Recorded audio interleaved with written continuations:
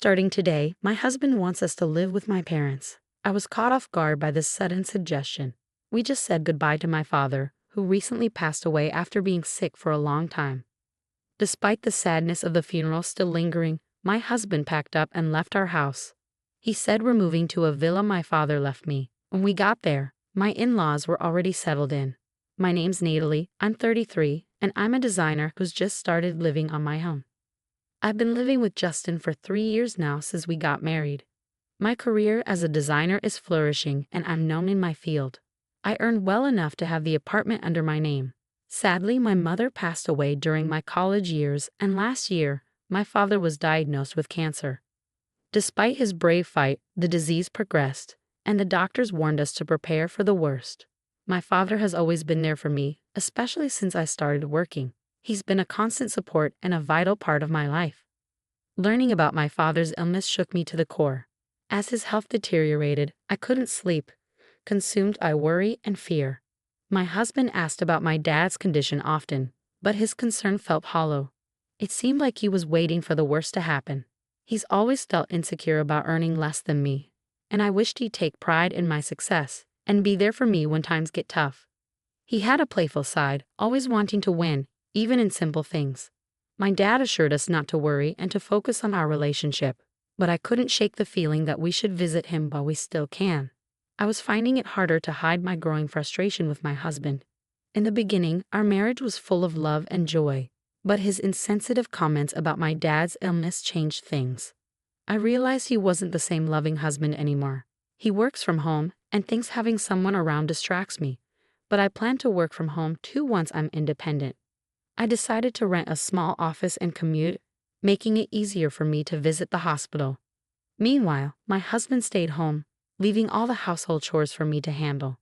Juggling work, taking care of my father, and coming home exhausted, I often found a mess waiting for me, with dishes left unwashed.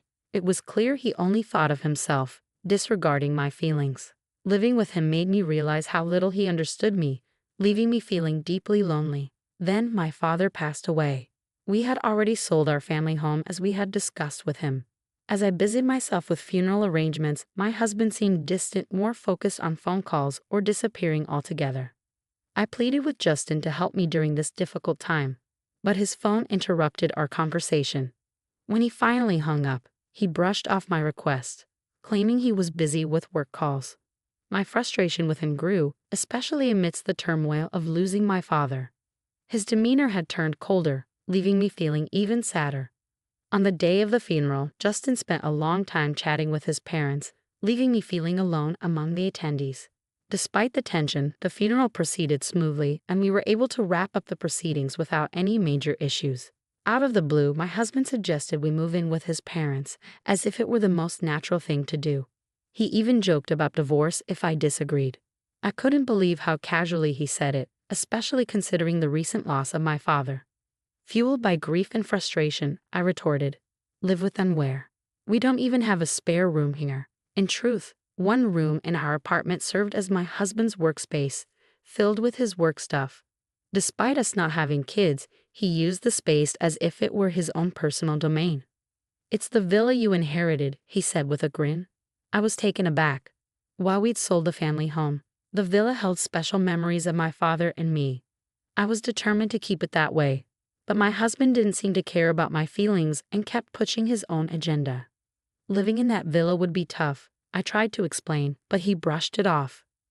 His parents had already made plans to move there, likely arranged during the funeral. With its spaciousness and peaceful setting, it was probably an appealing choice for them. Their move was already in motion, leaving no room for me to object. Every time I tried to speak up, my husband's disapproval was evident. "You're always thinking about yourself. Your constant absence because of your father's illness and emergencies has taken a toll on me. Do you even realize how much I've had to endure because of your obsession with your father?" His words were harsh, plunging my world into darkness. "Now that your father is gone, you need to listen to me." His year-long struggle was too much to bear. His callous remarks cut deep, leaving me in disbelief. I didn't want to accept that this was who my husband truly was, but it was clear he had little regard for my father or me. I couldn't shake the memory of my father's pain during his final days in the hospital. My father wouldn't have wanted me to just follow my husband's orders, leaving me behind.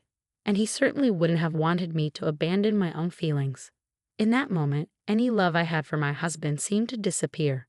I couldn't shake the feeling of bitterness knowing he was excited about the villa while I was still mourning my father's death. Despite my emotions, I tried to warn him. Living in the villa might not turn out as you expect. I highly doubt that, was his response. With that, I had to accept his decision. I packed only the essentials and left our home. My husband looked puzzled at my sparse belongings, but I simply told him, I'll come back for the rest later. I couldn't bear to exchange any more words with him. It was painful to see the faces of my in-laws, who I imagined were eagerly awaiting my father's death and were now happily moving into the villa. I followed my husband in silence, unable to bear the thought of my cherished place being taken over by his desires. While technically a villa, it's more like a cozy family home by the sea, nestled in a neighborhood where life is simple and peaceful. Despite its tranquil surroundings, it's conveniently close to the city center, making it a valuable piece of property. As I stepped out of the station, memories of my childhood flooded back. I remembered how my father used to carry me home on his back after I fell asleep on the train ride. When we reached the villa, my in-laws were already there. I couldn't shake the feeling of suspicion, realizing that my husband must have secretly given them a key without my knowledge. This discovery only added to my unease. The realization that my in-laws had schemed to move into the villa without informing anyone only deepened my mistrust. As I looked around, I could see the excitement in their eyes as they envisioned their future in this home. Despite being a single-family house, it was filled with sturdy furniture chosen by my father and slightly different European-style decor that must have appealed to my mother. "What a beautiful villa. It's simply perfect," they exclaimed. "Goodbye to that cramped apartment. We're so fortunate to be able to live here now. The view from the second floor is breathtaking. Your father was clever to keep such a wonderful home a secret. We should all enjoy it together, as a family." Their enthusiastic remarks only fueled my irritation. It seemed like they didn't fully grasp the weight of my father's passing and simply saw the villa as a luxurious home they lucked into. Truly, both the location and the house are perfect. "We're lucky your father left us this splendid villa. We owe him our thanks," my husband chimed in, joining his insensitive parents in laughter. They cracked open beers to celebrate the move, oblivious to the solemnity of the occasion. I sighed as I prepared snacks, watching them tarnish the precious memories I had of my parents at the dining table. I chose to bury my feelings and endure the night. The next morning, the tranquility of the villa was shattered by my mother-in-law's piercing scream. I instantly knew something was wrong.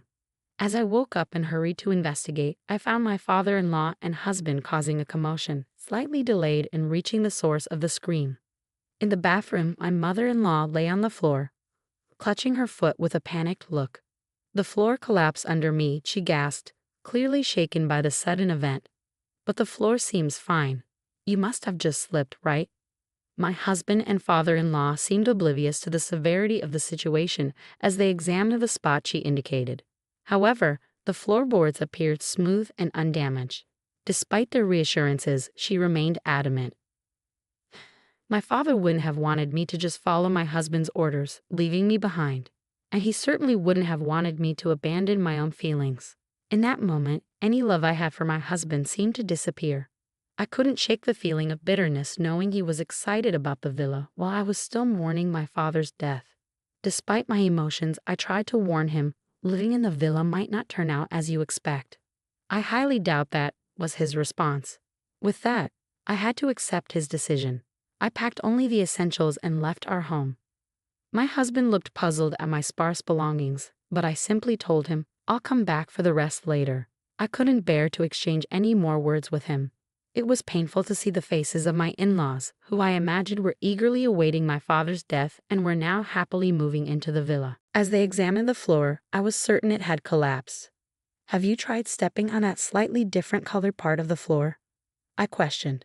Their expressions shifted to surprise as they focused on the spot I indicated. Stepping between them, I leaned forward and pressed my slippered foot on the distinct section. Whoa, what was that? The floorboard made a distinct sound and gave slightly under my weight, snapping back into place when I lifted my foot. If someone unknowingly stepped on it, they'd think the floor had collapsed. "See, the floor sinks a bit. It's like a trap," I explained. "What?" That's dangerous. Is this house defective? They exclaimed. Calmly, I clarified, it's not a defect. My father intentionally installed it in this house. Why would he do that? They asked incredulously. It's what you'd call a mechanical mansion or a trick house, I revealed. As they examined the floor, I was certain it had collapsed. Have you tried stepping on that slightly different colored part of the floor? I questioned. Their expressions shifted to surprise as they focused on the spot I indicated. Stepping between them, I leaned forward and pressed my slippered foot on the distinct section. Whoa, what was that? The floorboard made a distinct sound and gave slightly under my weight, snapping back into place when I lifted my foot. If someone unknowingly stepped on it, they'd think the floor had collapsed.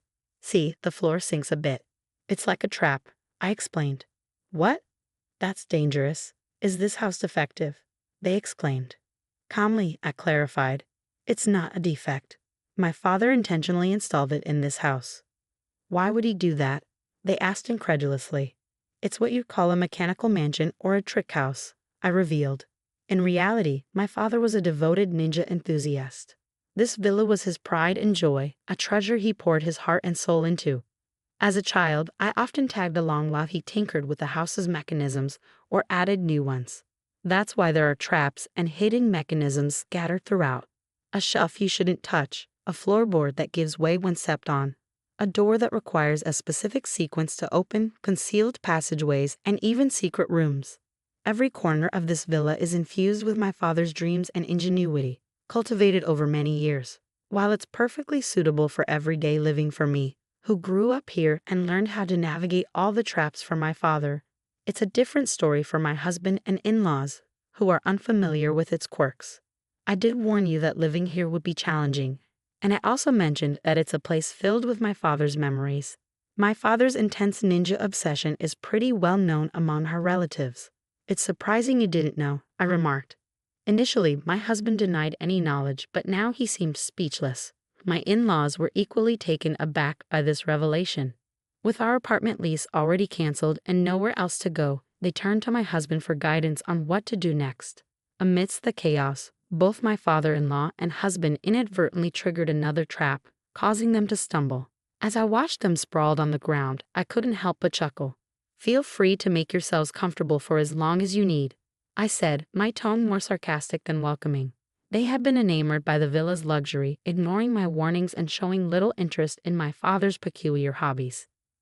Now, they were experiencing the consequences of their oversight. Even my attempts to explain the dangers of the traps fell on deaf ears. It's no big deal. We'll get used to it, my husband insisted confidently, and I responded with a knowing smile. I'll head back to the apartment to get things ready for our move, I told them before leaving them at the villa. However, the truth was, I had no plans for moving preparations. Instead, I intended to take a few days off to sort through my father's belongings. As expected, just 2 days later, my husband and in-laws had had enough.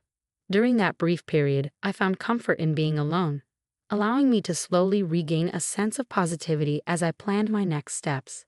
Before long, my father's villa gained attention as a unique attraction in the neighborhood. It became known as the Trick Mansion and was regularly featured in local newsletters. Curious visitors would stop by whenever the villa was unoccupied. Looking back, I remembered strangers touring the villa and local children playing nearby, making it a vibrant spot in the community. My father had listed both the villas and our old home's phone numbers in the newsletters. However, with the family home sold, any inquiries would now come to the villa's number. Thanks to my upbringing, I was able to handle calls from foreign visitors as I was proficient in foreign languages. However, my husband and in-laws struggled with foreign languages.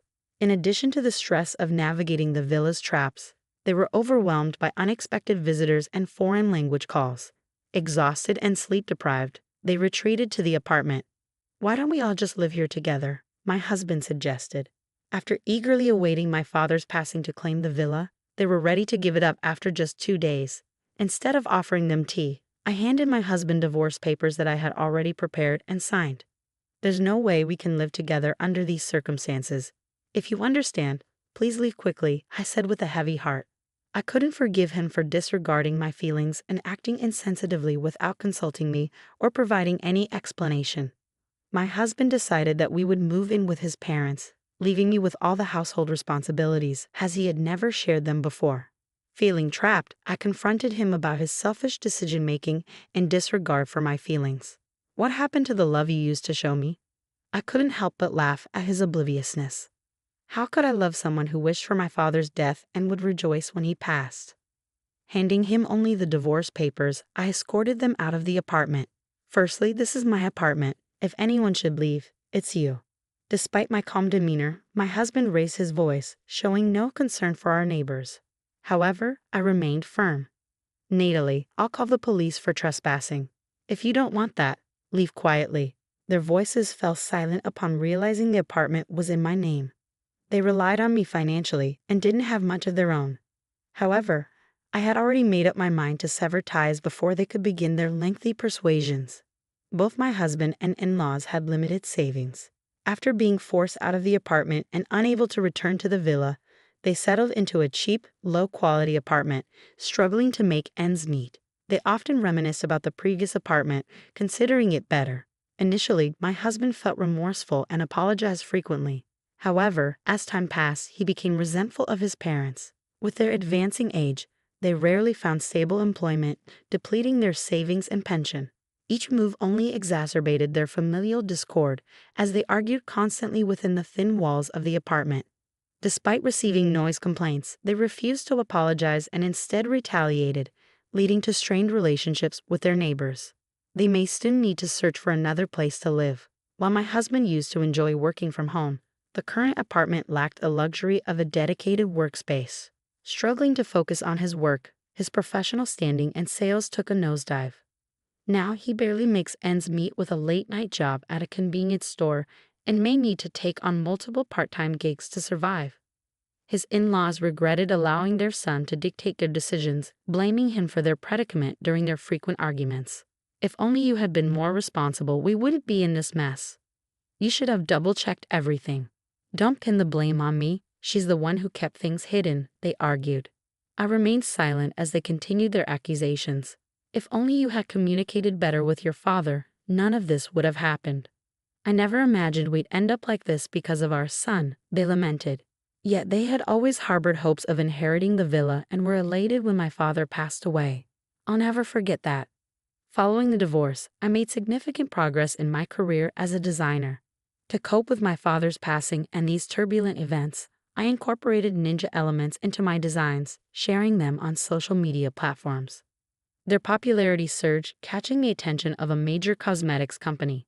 To my surprise, they approached me for a project, designing packaging with an Asian flair, incorporating ninja elements. It felt like a way to honor my father's memory, so I eagerly accepted the opportunity and poured myself into the work. The project was a resounding success, propelling my career to new heights. With joy in my heart, I shared updates at my parents' graves, grateful for the chance to honor their memory in such a meaningful way. I chose to keep the mechanical house, preserving it as a special place brimming with memories of my father. I began organizing tours and transformed it into a space where both tourists and local children could enjoy themselves free of charge. Soon, the house gained significant media attention, providing much-needed income to cover ongoing expenses. Additionally, online articles about the house were translated into foreign languages, garnering support from international fans. Some of the donations even came from elderly individuals who shared my father's passion for ninjas. I'm committed to maintaining this enchanting place for years to come. Meanwhile, the mechanical house remains a lively center of activity, especially beloved by local children. Is this the famous mechanical house? Where are the surprises? Show us. With the help of dedicated local volunteers, precautions are taken to ensure the children can play safely. Foreign tourists are often amazed by features like the hidden floorboard doors. Wow, this is incredible. I'm so touched to experience such a unique place. What other surprises await? Despite losing my father and going through a divorce over the villa's inheritance, I believe the gains have outweighed the losses. The villa has evolved into a treasure trove of memories shared with loved ones. Through it all, I've experienced personal growth, embracing the future with renewed optimism and hope.